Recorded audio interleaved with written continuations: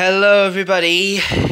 I am back with some more The Journey of a Lifetime with Chapter 11 on Thin Ice. In the last part, we met Bolt, Woody, and Jester, a hare and a squirrel twins, respectively. After a race, which the both of them tied at, Bolt and Dash ultimately realized that they were meant for each other and became mates. And so Bolt, Woody, and Jester joined Plucky, Dash, Scarlet, and Perry on their grand adventure back to White Deer Park. So, without further ado, let us continue this chapter. Let's read. There was now twice as many of them in the group of animals when they had set off on their long journey to White Deer Park. Plucky and Scarlet, the two foxes, Dash and Bolt, the newly engaged hare couple, the squirrel twins, Woody and Jester, and Perry the peregrine falcon. All of them now taking part in the lengthy expedition to the safe haven nature reserve of White Deer Park.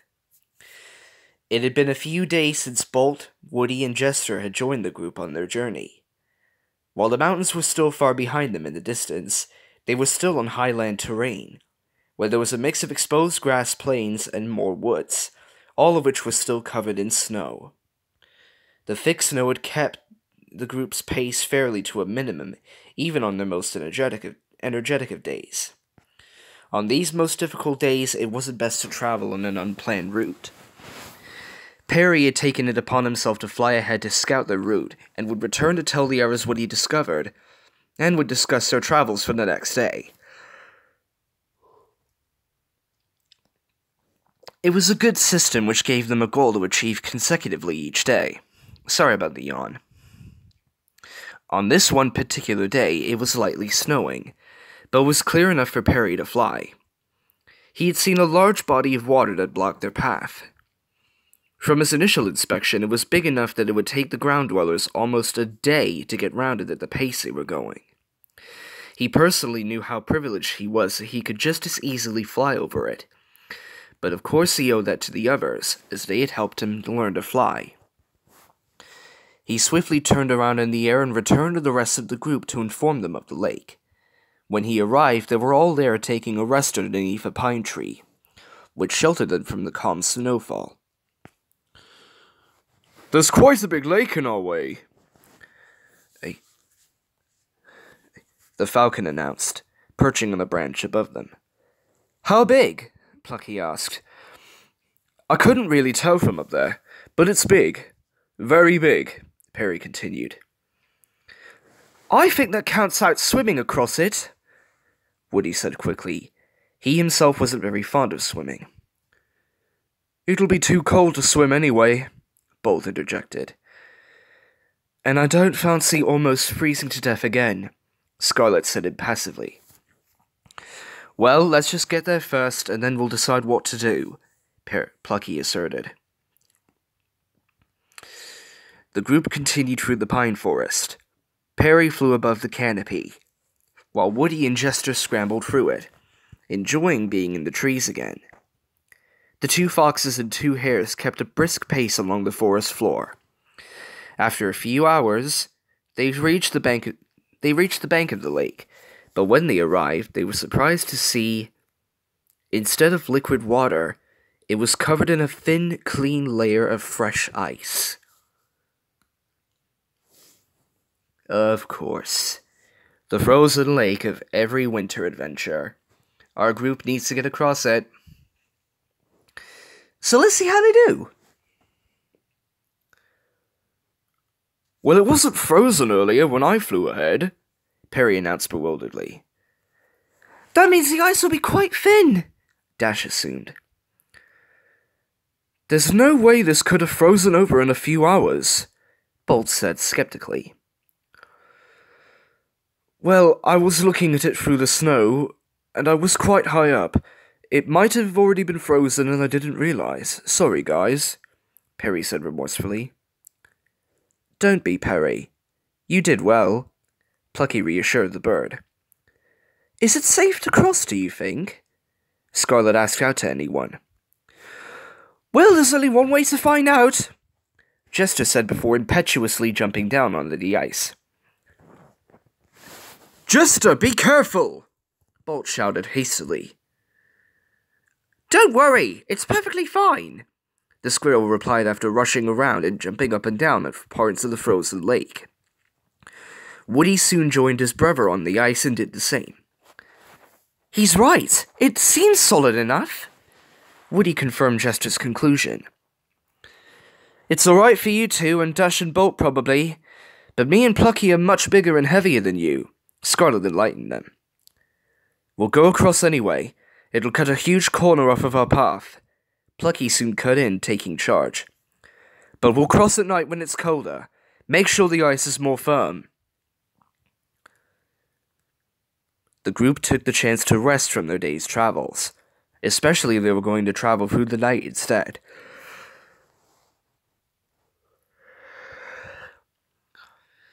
Sorry, I'm currently recording these videos in Aristone during the spring break. We've had a long journey to get up here ourselves. Me, Dad, my half-brother Josh, and it's been fun. The group watched as the weather soon changed, and the snow clouds passed by. The sky was still overcast, but the air was cold, clear, and clean. By sunset, the clouds had cleared from the sky, and a bright, glimmering orange from the setting sun shone on the flat expanse of ice and crisp snow-covered canopy of the surrounding woods. When night fell, the sky was replaced with a deep black spotted with only the brightest stars. A glowing gibbous moon also shone down, illuminating the landscape, providing much light from the reflection off the white snow. The temperature was also much cooler now it was night, and it was clear, as Plucky had said. There was an eerie silence around them.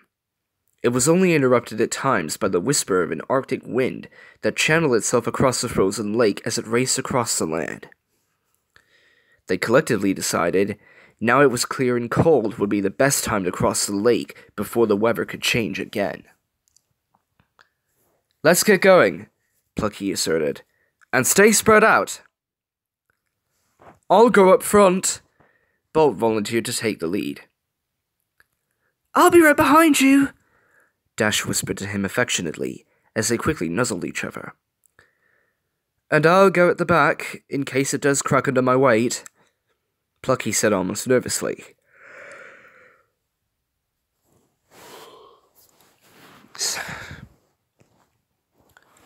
Dash quickly gave him a look of concern which he noticed, but he just smiled back at her.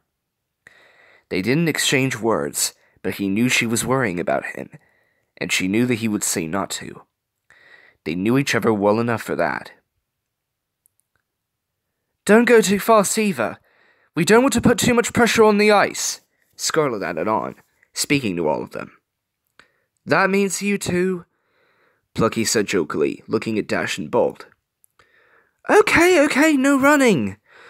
Probably wouldn't want to slip over anyway, Dash replied sardonically. I'll stay in the air and warn you if there are any problems, Perry announced and took to the sky. There's a wall that's towering over us. We will try to climb it, we will succeed. Oh, approaching our destiny. Life is in our hands, so no need to pray, 'cause we're ready now for the judgment day. We'll be the one to decide. The ground dwellers walked onto the freezing ice one by one. Bolt went first, followed by Dash, then Woody and Jester, then Scarlet and Plucky at the back. They kept a good distance between them and traveled slowly, both to not put any sudden pressure on the breakable frozen water and to not slip on it.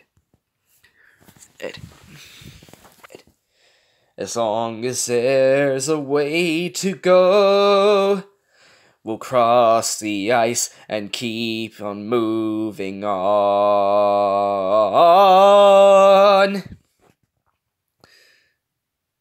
Plucky felt uneasy at times as he could hear the ice creak and moan under his footsteps. However, it wasn't just him who was uneasy. At the head of the group, Bolt stepped warily, carefully plotting a path across the ice. Not that it made any difference. He couldn't tell where the ice was thin or thick, nor could he tell the best path to take. The frozen lake was completely flat. Even Perry, flying above them, couldn't tell which way was the best to take, despite him having the best vantage point. The only way they all knew to travel was forward, to the opposite bank, and soon they were already halfway across. It was then, as they crossed the halfway point, when the lake decided to prove its maliciousness to the adventuring animals. You remember the bad feeling that I had 2 chapters ago? It's just come back. No one die on this journey, please. I don't care if this is a fanfic about the Animals of Farthing Wood and that some characters are going to die. It better not be these 7. It better not. Especially not Plucky or Dash or Scarlet or Perry or Woody or Jester or both. Everyone! Except maybe some of the gray foxes. But not them. Not our friends. Not the heroes. All of a sudden, as Plucky placed down his paw, he heard a very distinctive loud crack and stopped dead, as if turning to stone. He slowly looked down to see the fault line underneath his paw. The sound cut through the eerie silence, and echoed across the ice as did the crack. It alerted the others too, who looked back at him anxiously. Plucky looked back up at them with a pained look on his face. Before any of them could speak, he had barely moved a millimeter, when suddenly the ice gave way and began to fracture around him. "Go! Run!" he bellowed. The group followed his order instantly, hastily turning to run the rest of the way. Plucky backed up and jumped across the widening crack. He almost slipped, but dug his claws into the ice to stop himself. The break had started to fracture across the whole width of the lake, following the group as they ran. Chunks of the ice had begun to splinter apart into separate little islands. Suddenly, it broke apart between Bolt and Dash, and the 2 hares skidded to a halt. "Dash!" Bolt exclaimed, looking back worriedly. "Just go!" Dash shouted back. Bolt reluctantly went on. Woody, Jester, and Scarlet soon caught up with her and too skidded to a halt, except for Plucky, who had been cut off by the collapsing ice again, and had to go round the edge of the part that broke away. "Perry!"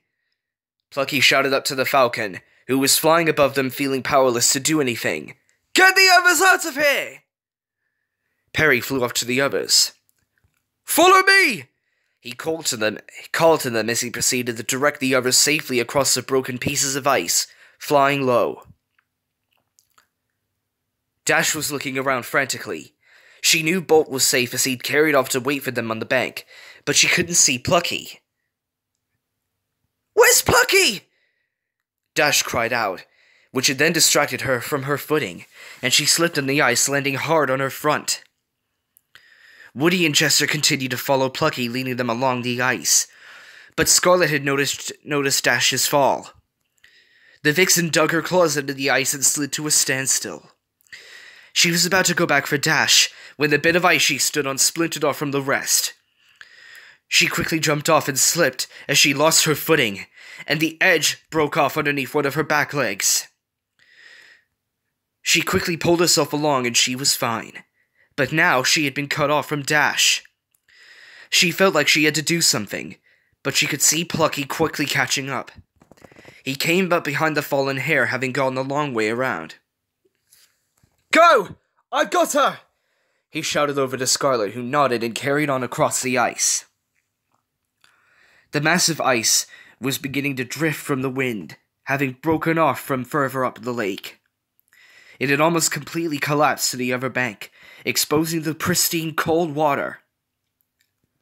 "Dash! Come on!" Plucky said, trying to get her to move. "I think I've hurt my leg!" Dash said, looking up at him. "Can you walk?" "It hurts, but I'll try." Dash composed herself and got back up. She and Plucky then proceeded to catch up to the others. But the piece of ice they were on suddenly broke off from the main part and quickly began to drift.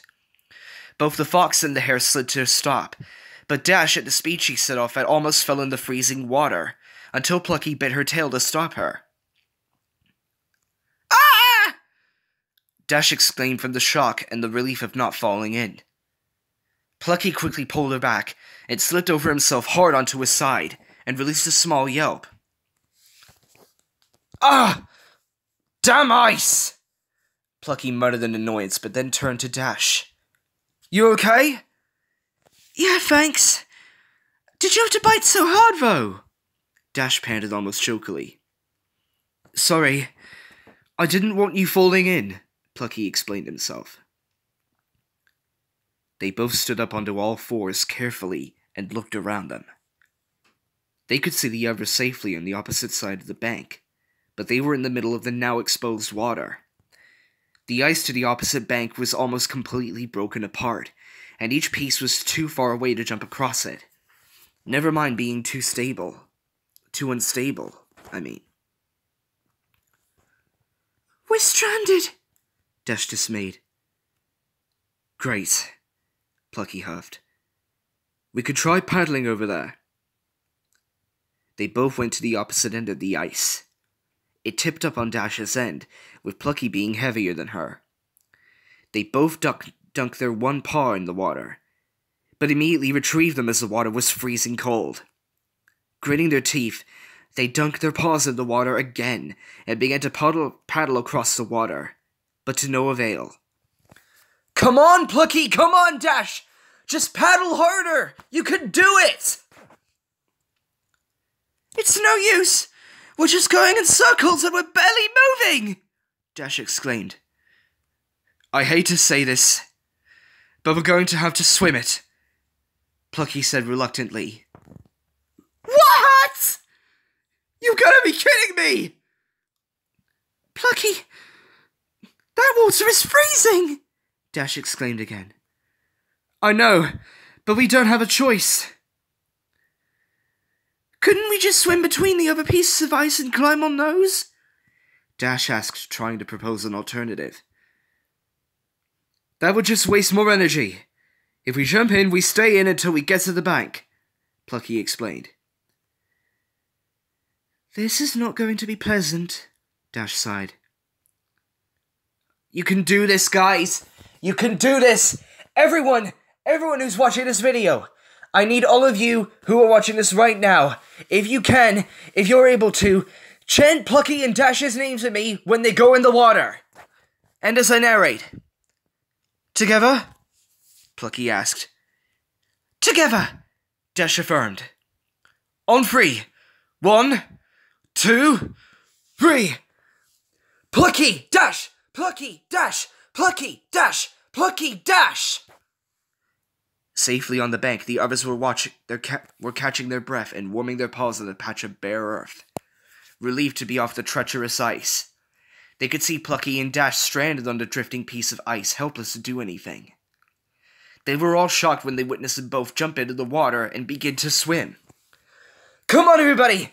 Go, Plucky, go, Dash! Go, Plucky, go, Dash! Go, Plucky, go, Dash! Go, Plucky, go, Dash! What are they doing? They'll freeze in that water! Bolt exclaimed, fearing for both their safety. His eyes locked onto them. Go, Plucky, go, Dash! Go, Plucky, go, Dash! Go, Plucky, go, Dash! Go, Plucky, go, Dash! At that moment, Scarlet turned and ran into the pine wood without saying a word, adding to the surprise of the group. Scarlet! Where are you going? Woody called out to her. Come back! Jester called out too, but the vixen had already disappeared through the wood. She's got a plan! Everyone keep chanting! Go, Plucky, go, Dash! Go, Plucky, go, Dash! Go, Plucky, go, Dash! Go, Plucky, go, Dash! Meanwhile, Plucky and Dash were struggling through the sub-zero of water. Fortunately, they were both strong swimmers. The cold, however, quickly overwhelmed them, the water drenching their fur, and only their core body temperature kept the lake from claiming them, but was quickly dissipating. They both started to tire very quickly. With each paddle, they lost more and more strength. the cold continuing to engulf them. Go, Plucky, go, Dash! Go, Plucky, go, Dash! Go, Plucky, go, Dash! Go, Plucky, go, Dash! Dash was struggling more so than Plucky on her recently injured leg. They were almost at the bank, but suddenly Dash, completely exhausted, fell beneath the waterline. No, Dash! Go, Dash! Go, Dash! Go, Dash! Go, Dash! Dash! Dash! Plucky shouted, full of fear, having noticed his best friend no longer beside him in the water. He took a deep breath and quickly dived. Back on the bank, Bolt, watching anxiously, had seen his mate disappear under the water, and Plucky dived down to save her. And without thinking, he rushed into the freezing water to help. Come on, Bolt! Go, Bolt! Save them! I'm sorry, I'm really sorry, I shouldn't be shouting, especially since I'm in the flat. But, please, please, 14 Sleepyhead 09, let this be a miracle! Underneath the water, the moonlight shone through, lighting up the underwater world. It was deep, and, beyond the depth the moonlight could reach, dark. It was clear and excruciatingly cold, almost painful, as it stung the skin unmercifully. Plucky hadn't wasted any time to retrieve an unconscious Dash, and caught her in his mouth by the ruff of her neck.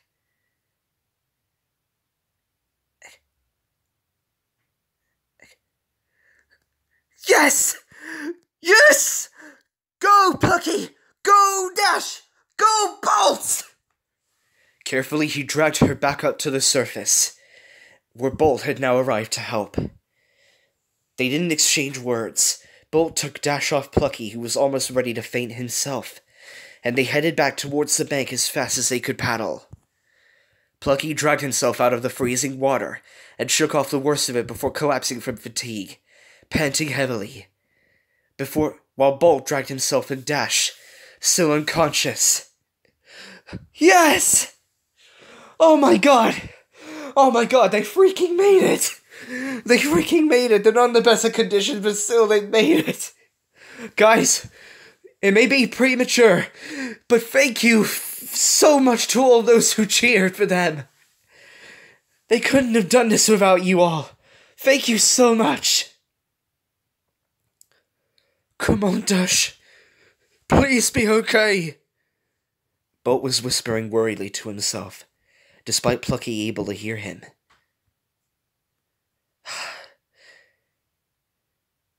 Dash, lying on the ground, suddenly coughed up some water and woke up with a start, much to Bolt and Plucky's relief.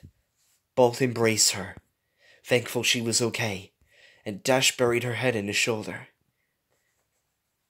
Thank you, she muttered weakly. You came back for me. Actually, it was Plucky who saved you. I just helped, Bolt admitted humbly. Well, Plucky isn't my mate. He's my best friend, Dash said with an affectionate smile, and the two hares nuzzled each other.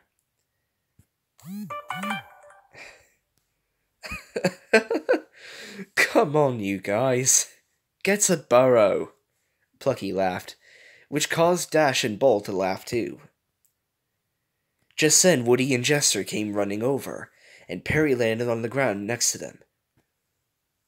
Are you guys okay? Perry inquired hastily. We were worried sick, Woody exclaimed. Well, I think I can say we've been better, Plucky stated glumly. I'm so cold, Dash mumbled, shivering having set in. We need to find some shelter, otherwise this cold, Bolt began speaking frantically. I know, Bolt, I'm freezing too. And me, Scarlet, Dash, and Perry have been through this already on that damn mount... Plucky stopped suddenly. Wait, where is Scarlet? He asked, stuttering, having noticed the lack of the vixen's presence. We don't know. She just took off and abandoned us, Jester explained. Plucky's mood suddenly dropped when he heard this. He refused to believe that Scarlet had abandoned them. Not after all they had been through together. If she had run off, it must have been for a reason. A while passed by while the group just rested. Plucky and Dash were still too exhausted from their freezing swim to move. Suddenly, Scarlet reappeared with a rush through the snow-dotted forest floor. "Where have you been?" Plucky asked her aggressively while the others listened. "Bargaining for some shelter," Scarlet defended herself. "Came across some grumpy old badger and persuaded them to open a set for us for the night." "Persuaded how?" Plucky asked wearily. "Offered to do his hunting for tonight and tomorrow morning," Scarlet explained. "Nice one," Plucky said, changing his tone to a calm one. "Sorry I asked so harshly." "It's okay. Yet again we have gone through a death-defying ordeal, and all come out the other side," Scarlet stated. "And we managed to get through it together. Thanks to you, me, and all the YouTube commenters who believed in Plucky and Dash." "Too true. Too true," Plucky said solemnly. He felt like today's dilemma was his fault. It was his idea to cross the lake after all, and it was his fault the ice broke apart. "Come on, it's not far. Follow me," Scarlet smiled.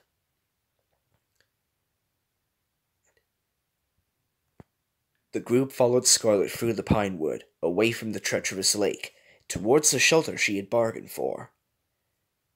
Plucky and Dash were still shivering, but at least Dash had Bolt to keep her warm. He had entered the water too, but for much less time, so he was still cold, but not as much as they were. They soon reached the badger set, and Scarlet proceeded inside to inform their hosts they had arrived. After a time, she popped her head back out and called the others to come inside. On the interior of set, the old badger was lying in the far corner, looking at them judgingly. It was large inside and much warmer than outside. "You didn't say there would be this many of you," the elderly badger complained upon seeing the rabble enter his set and gather in the opposite corner. "You never asked," Scarlet replied with a snide smile. "Just so we are clear, I want you lot out by morning," the badger continued to complain, not bothering to argue with Scarlet's response. "After, of course, you pay your rent." "Yes, I understand clearly," Scarlet replied in annoyance to the badger, who then looked away and laid his head down to go to sleep. The group huddled together in the opposite corner of the set to stay warm. Dash and Bolt lay together, and Dash, still exhausted, fell asleep right away. The squirrel twins were next to them and went to sleep too. Perry, uneasy about being underground, had settled near the entrance peering into the night. He was still too awake to sleep, and contemplated going out for a night fly. Instead, he decided to stay with the others, but insisted he would get some sleep eventually. Plucky had settled lying on the earth, making a barrier between the sleeping old badger and the hares and squirrels, on the off chance he couldn't be trusted. Lying on the floor, he tried to get to sleep, placing his head on his front paws, curling his tail around him and closing his eyes. But he couldn't stop shivering, despite it being much warmer in the set than outside. He was then pleasantly surprised when he could feel the form of another fox lie next to him. "Come on, my turn to warm you up," Scarlet whispered warmly, curling up next to him, referring to the time on the mountain when he had saved her from the blizzard and kept her warm. "Thanks," Plucky smiled, still with his eyes closed. Scarlet's warm, dry fur quickly heated the shivering figure, and content with each other's touch, they too drifted off to sleep. The morning quickly crept up on them. It was dull outside due to the large pine tree canopy, and the fact the sky was full of puffy white clouds, threatening to snow again. Plucky and Dash had recovered from their freezing swim, and Dash's leg had gotten better after his fall on the ice. Luckily, it was only a small sprain that had healed during the night. As soon as the light had partially lit up the inside of the set, the group was awake and departed outside to appease the grouchy badger's wishes, who was still dozing. Scarlet quickly went out to hunt for the badger as she had promised, and returned not long after with several water voles which she claimed from a nearby stream. She placed them in the entrance of the set, but dared not wake the badger. He'd probably prefer not see them off. After heading to the stream Scarlet had just been to, the group grabbed a refreshing drink before setting off again. They traveled at a slow pace, taking it easy after the previous day's events. But with determination and courage, they continued their long journey to White Deer Park. And with that, guys, it's the end of Chapter 11. Thank you so much for reading, and especially a big thank you to those who participated in saving Plucky and Dash. They couldn't have made it across the lake without your help. And I promise you, their adventures will continue. It looks like in the next chapter, they'll have found a way back. But, until then, I'm the Masked Ranger saying, keep moving forward no matter what. Always keep that smile on your face. Pardon me. And remember the oath. See you again soon.